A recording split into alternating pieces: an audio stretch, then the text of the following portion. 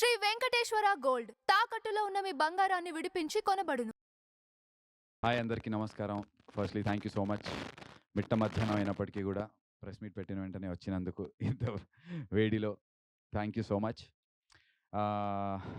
నిన్న అసలు ఈ ప్రెస్ మీట్ పెట్టడానికి మెయిన్ రీజన్ ఏంటి అంటే firstly thanks to audience and thanks to media. పర్టికులర్గా నిన్న మార్నింగ్ షో అయిన తర్వాత మీడియా షో అయిన తర్వాత నాకు చాలామంది మీడియా నుంచి నాకు పరిచయం ఉన్న వాళ్ళు పరిచయం లేని వాళ్ళు కూడా అందరు కాల్స్ చేసి కంగ్రాచులేట్ చేయడం జరిగింది. చాలా పర్టికులర్గా మాట్లాడారు సినిమా గురించి. So thank you. I wanted to thank everybody in person. So అందు గురించనే ఈ ప్రెస్ మీట్ పెట్టడం జరిగింది. And also thanks to the audience. And ఇంకొక విషయం కూడా చెప్పడానికి మాకు నిన్న ఆంధ్ర నుంచి డిస్ట్రిబ్యూటర్స్ సాయంత్రం మ్యాట్నీకే ఫర్ ఎగ్జాంపుల్ మ్యాట్నీ నేను ఒక చిన్న హీరో కిందే లెక్క కాబట్టి మార్నింగ్ షోస్ ఓపెన్ అయినప్పుడు 10,000 20,000 ఒక సింగిల్ స్క్రీన్ గురించి చెప్తున్నా ఏదన్నా ఉన్నవి మ్యాట్నీస్కి 20,000 అవటం ఆర్ 13,000 ఉన్నది 26,000 అవటం 30,000 ఉన్నది 60,000 అవటం. సో మార్నింగ్స్ కన్నా మ్యాట్నీ షోస్ బెటర్ అవటం మ్యాట్నీస్ కన్నా ఫస్ట్ షోస్ బెటర్ అవటం అండ్ ఫస్ట్ షోస్ కన్నా సెకండ్ షోస్ బెటర్ అవటం అనేది వర్డ్ ఆఫ్ మౌత్ కింద స్ప్రెడ్ అయ్యి ఆంధ్ర వైపు నేను చెప్పేది ఆంధ్ర డిస్ట్రిబ్యూటర్స్ నుంచి మాకు వచ్చినటువంటి reports. So thank you every one ఆంధ్రాలో సినిమాని చూసి బాగా సపోర్ట్ చేసినందుకు. అండ్ ఆల్సో అలాగే ఇటుపక్క మన తెలంగాణ వైపు చూస్తే కనుక మార్నింగ్స్ మ్యాట్నీస్ అదిరిపోయాయి. ఫస్ట్ షో సెకండ్ షోస్కి మన వాళ్ళందరూ టీవీస్కి కానీ దీని లేదంటే దాన్ని ఏమంటారు ఎస్ఆర్హెచ్ ఆర్సీబీ మ్యాచ్ కోసం అని చెప్పి కోర్స్ వీ అండర్స్టాండ్ కొద్దిగా first show second shows in comparison to Andhra తెలంగాణలో తక్కువ ఉండొచ్చు కానీ బట్ అదర్వైజ్ 10:45 షోస్ నిన్న ట్రిపుల్ ఏ సినిమాస్లో కానీ హలో అన్న సినిమా చూసిన వాళ్ళందరూ చాలా బాగుందన్నారు. ముఖ్యంగా నందు యాక్షన్ గురించి కానీ ఈ పెర్ఫార్మెన్స్ గురించి కానీ చాలా బాగా రాస్తున్నారు. చూసాం, చాలా బాగుంది. డర్ సినిమాలో షారుఖ్ ఖాన్తో పోస్తున్నారు. థ్యాంక్ యూ సో మచ్ అన్న. ఏంటి అంతా బాగుంది. ఇప్పుడు ఆవిడ మీద అవిక మీద అంత క్లోజ్లో సిగరెట్ స్మోక్ చేసి ఆమె మొహం మీద ఊదావు. అవన్నీ ఒప్పుకుంది ఆవిడ? పర్లేదా ఆ టైం షూట్లోనా? షూట్లో ఒప్పుకుంది. తనకి మనం అంటే యాక్చువల్గా డైరెక్టర్ గారు కథ రాసుకున్నప్పుడే స్క్రీన్ ప్లేలోనే రాశారు పైన డిస్క్రిప్షన్లో వీడు వెళ్తాడు సిగరెట్తో చేయి కాలుస్తాడు ఆ తర్వాత దగ్గరగా వెళ్ళి సిగరెట్ ఊదుతాడని. బట్ మనం ఇంపాక్ట్ని ఇంకా ఎక్కువ చేయడానికి ఇంకొంచెం క్లోజ్గా వెళ్ళి ఇంకొంచెం ఎక్కువ పోగొట్టాం. అది ఇంప్రొవైజేషన్లో పార్ట్గా అండ్ అది నేను అవిక అనుకునే చేసాం. ఇబ్బంది పడింది, చెప్తోంది కూడా నాకు చాలా I'm not really liking this ray but I want this scene to work, అక్కడ ఇంపాక్ట్ వస్తుందని నాకు తెలుసు అని చెప్పింది. ఒప్పుకుంది, అవిక ఒప్పుకుంది. అండ్ కలిసి మ్యూచువల్గా డిస్కస్ చేసుకునే చాలా సీన్స్ అలా ఇద్దరం చేసుకోవడం జరిగింది. స్పెషల్లీ ఎందుకంటే డైరెక్టర్ రాసుకున్నవి ఓకే, బట్ యాజ్ యాక్టర్స్గా కూడా ఇద్దరం కంఫర్టబుల్గా ఉండాలి. స్పెషల్లీ అమ్మాయి కంఫర్టబుల్గా ఉండాలి. నాదేముంది, నేను టార్చర్ని ఇస్తున్నాను కాబట్టి నేను ఏదైనా చేయొచ్చు. టార్చర్ పడే అమ్మాయి ఫస్ట్లీ ఒప్పుకోవాలి కాబట్టి. So Avika she was very very very cooperative, extremely professional. So thanks to Avika for that. నా పర్ఫార్మెన్స్ గురించి మీరు అందరు రాశారంటే క్రెడిట్ ఖచ్చితంగా అవికాకి ఇవ్వాల్సిందే. సినిమాలో 3 సీన్లు ఉన్నాయి. అంటే సీన్లు అంటే కొంచెం అటు కారు సీన్ ఒకటి. అటువంటి చేసేటప్పుడు బయట ఆడియన్స్ కానీ వేరే వాళ్ళు కానీ చూడటానికి ఆనందిస్తారు కానీ చేసేటప్పుడు కంఫర్ట్ లెవెల్స్ ఎంతవరకు ఉంటాయి నీకు కానీ అవికాకి కానీ? లొకేషన్లో ఎంతవరకు కంఫర్ట్ ఉంటుంది? 100% కంఫర్టబుల్గా ఉండదు, అస్సలు కంఫర్ట్ ఉండదు. ఎన్ని సినిమాలు మనం యాక్ట్ చేసినా అది యాక్టింగే అని తెలిసిన యాక్షన్ కట్కి మధ్యలోనే మనం ఉంటామని తెలిసినప్పటికీ కూడా చేసేటప్పుడు ఒక చిన్న ఎంబారసింగ్గా ఉంటుంది. అంటే అనుకోవచ్చు మీ పనే అదిగా, మీకు డబ్బులు ఇస్తున్నారుగా చేయడానికి ఏంటి అని. ఎంత ఫస్ట్ మనం అందరం హ్యూమన్స్, తర్వాత యాక్టర్స్, డాక్టర్స్, పైలట్స్, లాయర్స్. ఇది ఫస్ట్ అట్ హ్యూమన్ లెవెల్లో ఒక లోపల మన ఎమోషన్ ఒకటి ఉంటుంది కదా. అలా కంఫర్ట్ అనేది కొంచెం ఇబ్బందిగా, కంఫర్టబుల్గా ఉండదు. రొమాంటిక్ సీన్స్ కానీ ఇవన్నీ ఇబ్బందిగానే ఉంటుంది కొంచెం. నేను నిజంగా చెప్తున్నాను, పర్టికులర్గా కార్ సీన్ గురించి మీరు ఏదైతే చెప్పారో ఆ తర్వాత నేహ కాలేజ్లోకి నడుచుకుంటూ వెళ్తుంది, బాత్రూంలోకి వెళ్తుంది, బ్లడ్ చూపిస్తాం. నాకు నిజంగా నిన్న మా అక్కనే చెప్పారు, ఆ సీన్ చాలా ఇంపాక్ట్ఫుల్గా ఉందిరా. నా సొంత అక్క, మా అక్క చెప్పింది. నేను కూడా యాక్చువల్గా నేనేమనుకున్నానంటే ఓకే, క్యారెక్టర్లో స్టోరీ టెల్లింగ్లో పార్ట్గా ఇది తీసేద్దాం అనుకున్నాను. ఐ మీన్ చేద్దాము, నచ్చే వాళ్ళకి నచ్చుతుంది. బట్ నేను ఎంతైనా ఇబ్బంది పడతారు, దాని గురించి నన్ను తిడతారు, నన్ను డైరెక్టర్ని అనుకున్నాను. బట్ ప్రామిస్గా మా అక్క చెప్పింది నాకు నిన్న రాత్రి, అరే ఆ సీన్ చాలా ఇంపాక్ట్ఫుల్గా అనిపించిందిరా, చాలా బాధేసింది అని చెప్పింది. సో లేడీస్ ఎక్కడో కనెక్ట్ అవుతున్నారు ఇలాంటి కొన్ని విషయాలకి. అంటే ఆడవాళ్ళు ఫేస్ చేసే ఏవైతే ఇబ్బందులు ఉంటాయో అది మనకు తెలియదుగా మన పాయింట్ ఆఫ్ వ్యూలో. వాళ్ళ పాయింట్ ఆఫ్ వ్యూలో వాళ్ళకి అరే ఇలాంటివి జరుగుతోంది సొసైటీలో, వీటిని అడ్రస్ చేశారు అనేటువంటి ఫీలింగ్లో అమ్మాయిలు అయితే ఉన్నారు. సైక్ సిద్ధార్థ్ గాని 'అగ్లీ స్టోరీ' తర్వాత యాహ్! నందు ఓటీటీ రేట్స్ బాగా పెరిగినాయి. ఆ! సైక్ సిద్ధార్థ్, 'అగ్లీ స్టోరీ', 'దండోరా' వీటిటి వల్ల నిజంగా ఒక బేస్ ప్రైజ్ వచ్చింది. బాగా పెరిగింది అని చెప్పి నేను ఏదో చెప్పేయటం కాదు. ఒక బేస్ స్లాబ్ ఉంటుంది కదా! ఓహ్! ఇంత డబ్బులతో 'నందుతో' ఇంత డబ్బులతో తీస్తే ఇంత మిగుల్చుకోవచ్చు అనేటువంటి ఒక బేస్ స్లాబ్ అయితే ఏర్పడింది. బహుశా అది తెలిసే నాతో ఇప్పుడు నెక్స్ట్ ఫిల్మ్స్ అందరూ కమిట్ అయ్యారు. All the best. Thank you so much. నందు గారు. Hi. Congrats bro. Bro thank you. నిజంగా చాలా బాగుంది. అండ్ ఫస్ట్ హాఫ్ మొత్తం చూస్తుంటే కొంచెం ఏంటి డిఫరెంట్‌గా ఉన్నారు. బట్ ఎండ్ ఆఫ్ ది ఎలా తీసుకెళ్తారు అనుకున్నాం. But second half ultimate. But అంటే మీ క్యారెక్టరైజేషన్ చూసుకుంటే బిఫోర్ ఫిలిమ్స్ అన్నీ డిఫరెంట్‌గా ఉంటాయి. సో ఇలాంటి మూవీ ఒప్పుకోవాలంటే నిజంగా ఛాలెంజింగ్. సో అవును. నెగెటివ్‌గా వెళ్తుంది. అవును. సో ఎలా పోర్ట్రేట్ అవుతుందో తెలీదండి. బట్ మీకు డైరెక్టర్ గారు చెప్పేటప్పుడు సో ఎలా అనిపించింది? సో ఇది మనకి కరెక్ట్ అనుకున్నారా? బ్రో నేను కథ విన్న రోజునే ఇలా ఒక థ్యాంక్ యూ ప్రెస్ మీట్ ఉంటే మీడియా నన్ను ఖచ్చితంగా పర్ఫార్మెన్స్ విషయంలో నన్ను అప్రిషియేట్ చేస్తారనే కాన్ఫిడెన్స్ నాకు ఫస్ట్ నా మీద నా క్రాఫ్ట్ మీద నా స్కిల్ మీద నాకు కాన్ఫిడెన్స్ ఉండింది. అండ్ ఈ కథలో నాకు ఆ స్కోప్ కూడా కనిపించింది. నేను ఇందాక ప్రెస్ మీట్‌కి కిందకి వచ్చినప్పుడు ఆహ్, మన కొంతమంది మీడియా వాళ్ళు కలిసినప్పుడు నేను చెప్పాను అదే. నేను నెక్స్ట్ సినిమా చేస్తున్నాను. ఒక ఫన్, హ్యాపీ గో లక్కీ మంచి లవ్ స్టోరీ. Regular cinema. కొంచెం అంత ఇలా ఇప్పుడు 'సైక్' దీనిలాగా, 'దండోరా'లాగా జానర్ స్పెసిఫిక్ కాదు. ఒక రెగ్యులర్ లవ్ స్టోరీ. ఆ సినిమా డబ్బులు చేసి నిర్మాతలకు అందరికీ డబ్బులొచ్చి, నాకు ఇంకో 4 సినిమాలొచ్చి నాకు డబ్బులు పెంచుతుందేమో కానీ, "ఏయ్! నందు యాక్టింగ్ ఇరగదీసాడురా" అని చెప్పడానికి ఏముండదు సినిమాలో.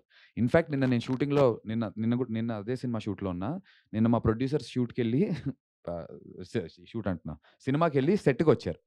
సెట్‌కొచ్చి యాక్టింగ్ బావుంది అది ఇది అని చెప్పారు. సెలబ్రేట్ చేశారు అంతా అయింది. వాళ్ళు కూడా అంటున్నారు. "ఈ సినిమాలో నీకంత స్కోప్ లేదు కదా యాక్టింగ్‌కి" అంటున్నారు. సో, ఒక యాక్టర్‌గా ఇంత స్కోప్ ఉన్నటువంటి రోల్స్ రావటం చాలా చాలా చాలా కష్టం బ్రో. రాదు. నాకదొచ్చింది. I wanted to grab that ah, దాన్ని opportunity and make the most out of it.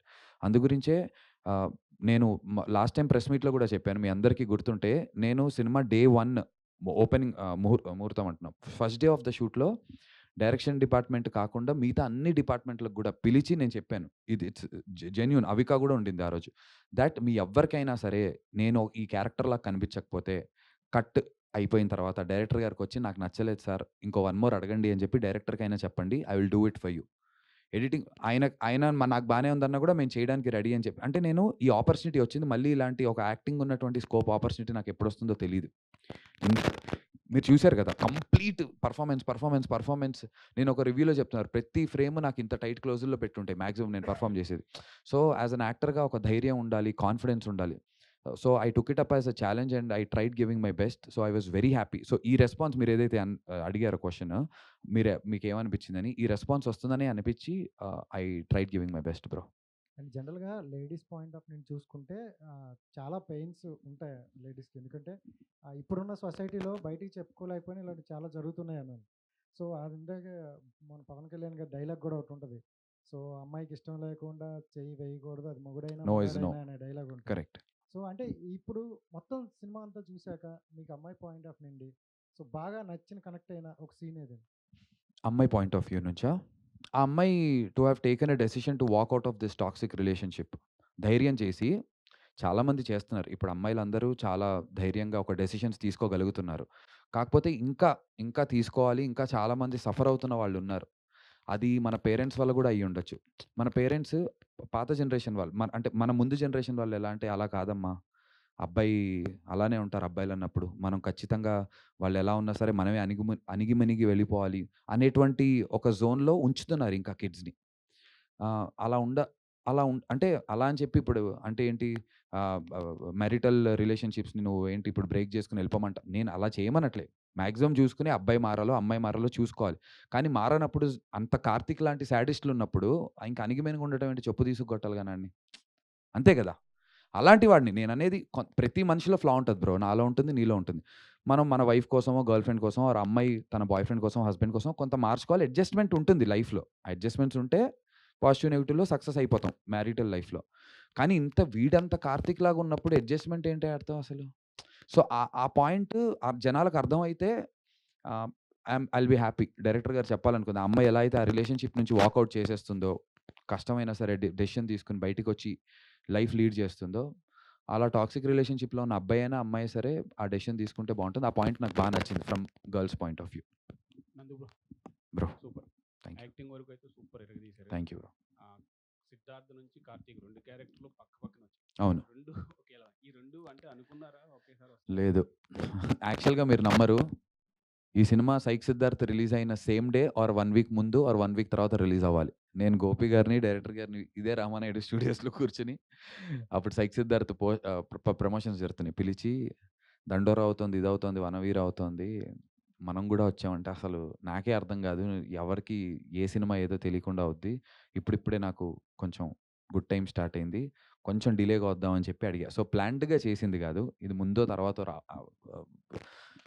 దాంతో పాటు రావాల్సింది. ఇంకా రిక్వెస్ట్ చేయడంతో ఇట్లా వచ్చింది. బట్ 'అగ్లీ స్టోరీ' నేను కమిట్ అయిన టైంకి నేను 'సైక్ సిద్ధార్థ్' ఇంకా మా పోస్ట్ ప్రొడక్షన్‌లో ఉంది. ఆ! పోస్ట్‌లో ఉంది. పోస్ట్ జరుగుతుంది నాకు. షూటింగ్‌లో మీకు చూపించాను. సో, అది ఫినిష్ చేసుకున్నాను అలా. బట్ కమిట్ ఇది ముందే అయిపోయాను. కథ ఒప్పుకోవటం. All the best bro. Thank you bro. ఇలాంటి క్యారెక్టర్‌లు అప్పుడప్పుడు వస్తుంటాయి. కానీ బాగా చేశారు యాక్టింగ్. అవునా? Thank you so much bro. చాలా చాలా సంతోషంగా ఉంది మీరందరూ యాక్టింగ్ బాగుందంటుంటే. Thank you. నమస్తే. లాస్ట్ టైం ప్రెస్ మీట్‌లో అవిక మాట్లాడుతూ క్యారెక్టర్ గురించి ఇన్వాల్వ్ అయితే ఖచ్చితంగా నందుని హేట్ చేస్తాము అని చెప్పారు. సో, అలాగే అనిపించింది. అవునా? Thank you. మీరు హేట్ చేశారంటే నేను బాగా చేసినట్టే అయితే.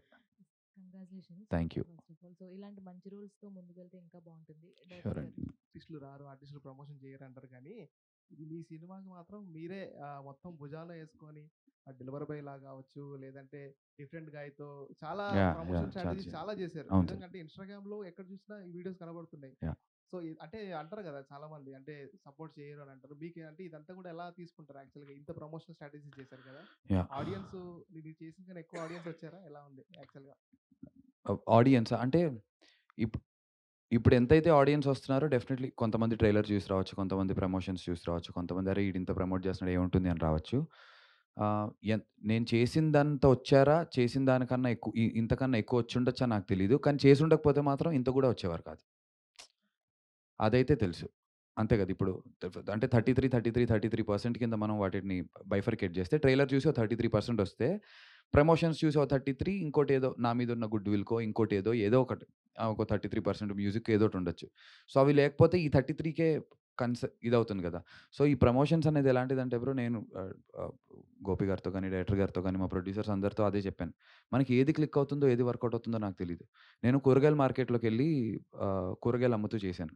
అవసరమా? అసలు ఏంటిది? చీప్ ప్రమోషన్స్ అది నాకు చీపా? గొప్పా? నాకది తెలీదు. నా సినిమా అందరికీ తెలియాలి. దానికోసం నేను ఏదైనా చేస్తా. నాకు ఒక ఒక అదెలా అంటే నాకు 'Virat Kohli' inspiration bro. Team అందరూ బా ఆడిన రోజున టీమ్ గెలుస్తుంది. టీమ్ బా ఆడకపోయినా 'విరాట్ కోహ్లీ' సెంచరీ కొడతాడు. అలా నేను. నా టీమ్ అందరూ బా చేస్తే సినిమా 100,00,00,000 కొడుతుంది. టీమ్ బా చేయలేకపోయినా నేను 100 కొట్టాలి. సో, నా 100 నేను కొట్టాలనేటువంటి ప్రయత్నంలోనే 24 నా ఫోకస్ ఒకటే. నా బ్యాటింగ్ నేను గట్టిగా ఆడేయాలి. నేను సిక్స్‌లు కొట్టాలి. నేను సెంచరీలు కొట్టాలి. నా టీమ్ కోసం నేను ముందు ఆడతా. నాతో పాటు నా టీమ్ అంతా ఎంత పని చేస్తుందనేది ఇంకా వాళ్ళ ఆ పాయింట్‌లో వాళ్ళ మైండ్‌సెట్ ఎంతుంది? వాళ్ళ స్కిల్ ఎంతుందనేది అది డిపెండ్స్ ఆన్ దెమ్.